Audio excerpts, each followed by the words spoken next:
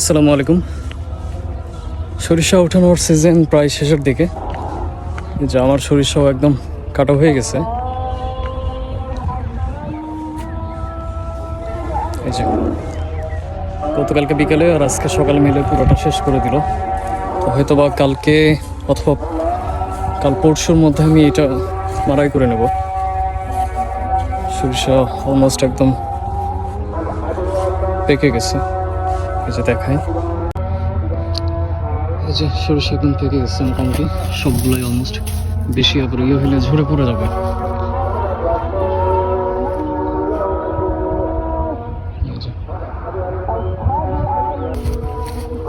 সবারই মোটামুটি কাটা শেষ সরিষা। সবাই এখন ধান লাগানোর প্রিপারেশন নেবে। তো সরিষার বিষয়টা হলো কি, অল্প খরচে একটা মোটামুটি প্রফিটেবল ফসল।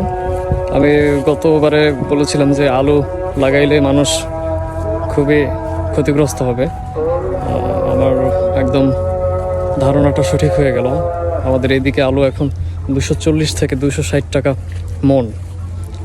তো কী এক অবস্থা! এই জন্য বলেছিলাম যে গতবারের আলু মানুষের ঘরে আছে, এবার আলু যে লাগাবে সে আবার লোকসানের মুখে পড়বে।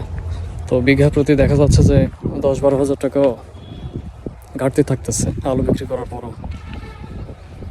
তো এ হলো অবস্থা আর কি।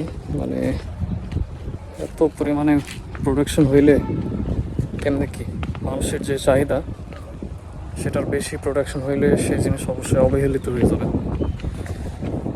তো এই ছিল আবার শর্ট ভিডিও। দেখা হবে নেক্সট ভিডিওতে ইনশাল্লাহ। সবাই ভালো থাকবেন। আল্লাহ হাফেজ।